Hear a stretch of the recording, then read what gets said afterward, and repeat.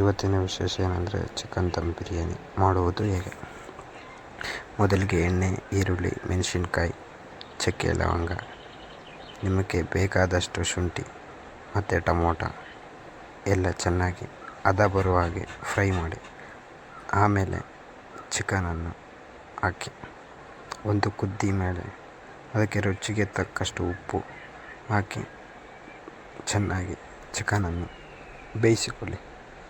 ಬೇಯಿಸಿದ ನಂತರ ಚಿಕನನ್ನು ತೆಗೆದು ಒಂದು ಏನಾದರೂ ವಸ್ತುಗೆ ಹಾಕಿ, ಆಮೇಲೆ ಒಂದೆರಡು ಬಾರಿ ಅಕ್ಕಿಯನ್ನು ಚೆನ್ನಾಗಿ ತೊಳೆದು ಮತ್ತು ಅಕ್ಕಿಯನ್ನು ಅದರೊಳಗಡೆ ಹಾಕಿದ ನಂತರ ಒಂದು 5ರಿಂದ 10 ನಿಮಿಷ ಕಾಲ ಚೆನ್ನಾಗಿ ಒಂದೆರಡು ಕುದಿ ಬರುವ ಹಾಗೆ ಕುದಿಸಿ ಬೇಯಿಸಿಕೊಳ್ಳಿ.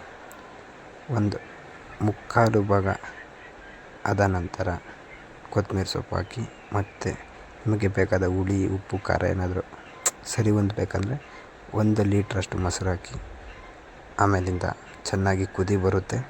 ಕುದಿ ಬಂದಾಗ ಮುಕ್ಕಾಲು ಭಾಗ ಬೇಯಿಸಿದ ಅನ್ನವನ್ನು ಈ ರೀತಿಯಲ್ಲಿ ಇದು ಮಾಡಿ, ತದನಂತರ ಅದರ ಮೇಲೆ ಚಿಕನನ್ನು ಸುರಿದು ಈಗ ದಮ್ ಬಿರಿಯಾನಿ ರೆಡಿಯಾಗುತ್ತೆ. ಇದನ್ನು ಮಾಡಿದ